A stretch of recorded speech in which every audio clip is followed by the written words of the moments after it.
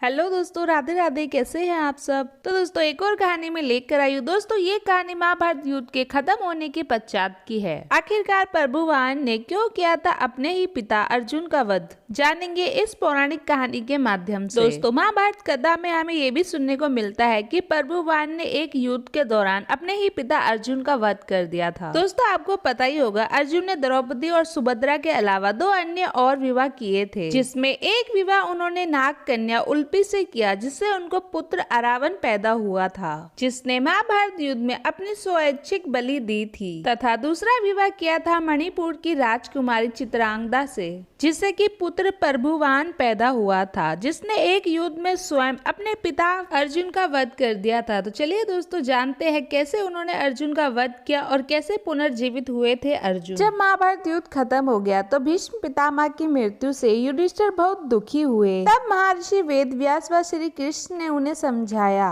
और धर्म पूर्वक शासन करने के लिए कहा। शोक निवारण के लिए महर्षि वेद व्यास ने युधिष्ठिर से अश्वमेध यज्ञ करने को कहा। तब युधिष्ठिर ने कहा कि इस समय राजकोष खाली हो चुका है, अश्वमेध यज्ञ करने के लिए बहुत से धन की आवश्यकता होती है जो अभी हमारे पास नहीं है। युधिष्ठिर की बात सुनकर महर्षि वेद व्यास ने उन्हें बताया कि पूर्व काल में राजा मरुदत्त ने एक बहुत बड़ा यज्ञ किया था। उस यज्ञ में उन्होंने ब्राह्मणों को इतना सोना दिया था कि बहुत अधिक मात्रा में होने के कारण वे ब्राह्मण अपने साथ इतना सोना नहीं ले जा पाए। वह सोना आज भी हिमालय पर पड़ा है। उस धन से अश्वमेध यज्ञ किया जा सकता है। उसके पश्चात महर्षि वेदव्यास के कहने पर पांडव हिमालय पर गए और वहां राजा मरुदत्त के धन को प्राप्त कर लिया। उस धन को लाने के लिए पांडवों ने बहुत सारे हाथी, घोड़े व सेना लेकर गए, जिसमें 8000 ऊंट, 1,20,00,000 घोड़े, 1,00,000 हाथी, रथ तथा इनके अलावा गधों और मनुष्य की तो कोई गिनती ही नहीं। और इस प्रकार इतना सारा धन पांडव हस्तसेनापुर लेकर आए। उसके पश्चात पांडवों ने शुभ मुहूर्त देखकर यज्ञ का शुभ आरंभ किया और अर्जुन को रक्षक बनाकर घोड़ा छोड़ दिया।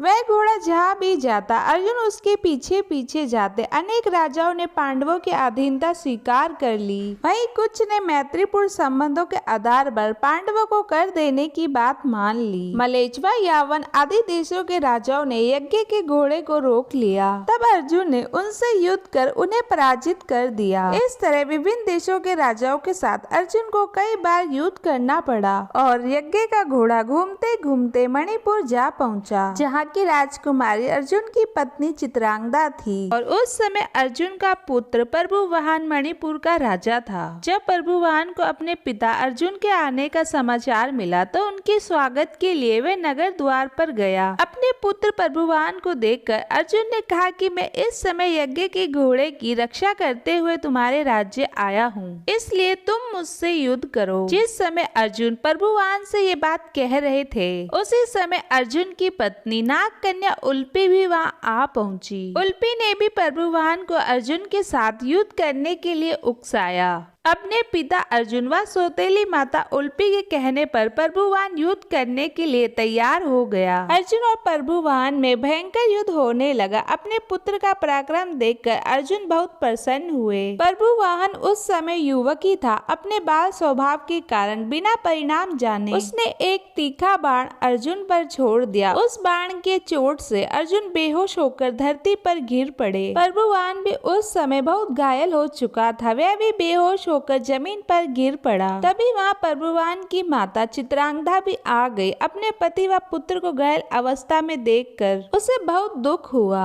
जब चित्रांगदा ने देखा कि अर्जुन के शरीर में जीवित होने के कोई लक्षण नहीं दिख रहे हैं, तो अपने पति को मृत अवस्था में देखकर वह फूट फूट कर रोने लगी। उसी समय प्रभुवान को होश आ गया। जब उसने देखा कि उसने उसके पिता की हत्या कर दी है तो वह शोक करने लगा। अर्जुन की मृत्यु से दुखी होकर चित्रांगदा और प्रभुवाहन दोनों ही आमरण उपवास पर बैठ गए। जब नाग कन्या उल्पी ने देखा कि चित्रांगदा और प्रभुवान आमरण उपवास पर बैठ गए हैं, तो उसने संजीवन मणि का स्मरण किया। उस मणि के हाथ में आते ही उल्पी ने प्रभुवान से कहा कि यह मणि अपने पिता अर्जुन की छाती पर रख दो। प्रभुवान ने ऐसा ही किया। वह मणि अर्जुन की छाती पर रखते ही वह जीवित हो उठे। अर्जुन द्वारा पूछने पर उल्पी ने बताया कि ये मेरी मोहिनी माया थी। उल्पी ने बताया कि छल पूर्वक भीष्म का वध करने के कारण वासु, जो कि एक प्रकार के देवता है, वे आपको श्राप देना चाहते थे। जब ये बात मुझे पता चली तो मैंने ये बात अपने पिता को बताई, तो उन्होंने वासु के पास जाकर ऐसा ना करने की प्रार्थना की। तब वासु के देवता ने प्रसन्न होकर कहा कि मणिपुर का राजा प्रभुवान अर्जुन का पुत्र है। यदि वह बाणों से अपने पिता का वध कर देगा तो अर्जुन को अपने पाप से छुटकारा मिल जाएगा। उल्पी अर्जुन को बोलती है कि आपको वासु के श्राप से बचाने के लिए ही मुझे ये सब करना पड़ा। इस प्रकार पूरी बात जानकर अर्जुन, प्रभुवान और चित्रांगदा भी प्रसन्न हो गए। अर्जुन ने प्रभुवान को अश्वमेध यज्ञ में आने का निमंत्रण दिया और पुनः अपनी यात्रा प्रारंभ की और इस प्रकार अर्जुन अन्य देशों के राजाओं को पराजित करते हुए पुनः हस्तिनापुर आए। अर्जुन के आने की खबर सुनकर युधिष्ठिर आदि पांडव व श्री कृष्ण बहुत प्रसन्न हुए। उसके पश्चात तय समय पर उचित स्थान देखकर यज्ञ के लिए भूमि का चयन किया गया। शुभ मुहूर्त में यज्ञ प्रारंभ किया गया। यज्ञ को देखने के लिए दूर दूर से राजा महाराजा आए। पांडवों ने सभी का उचित आदर सत्कार किया। प्रभुवान, चित्रांगदा व उल्पी भी उस यज्ञ में शामिल हुए।